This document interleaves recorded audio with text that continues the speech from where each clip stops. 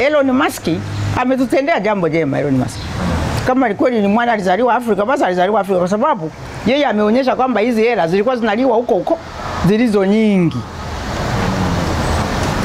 wanazigawana huko kwanza, lakini huko wanasema tunasaidia wa Afrika, tunasaidia wa Afrika. Unasikia kama 60% ya zile hela za USAID zilikuwa zinabaki huko ndani Marekani. Ile 40% inayokuja hapa, wanakuja hapa. Na kuna vijana kama wenzenu wanajitayarisha, wengine wana BNGO vyao, wanapambana. Wale watu wenzetu nisema sio watu wa kelele, lazima waelewe.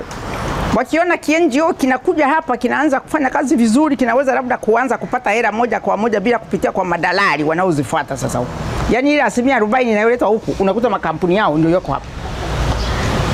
Sasa anakuja mzungu hapa, anakuja kusimamia msaada. Lakini hela ndizo hizo wanasema ni za USAID.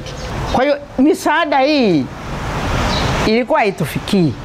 Ni kweli kwamba kuna watu wachache sana walikuwa katika, yani ukisikia yani ile amount inayotajwa na ile ambayo imetufikia ni ndogo, lakini pamoja na hayo wale waliokuwa wanaipata wachache, kuumia kumekuwepo na kujipanga upya kutakuwepo. Lakini kama taifa tukitegemea misaada hatuwezi kutoboa.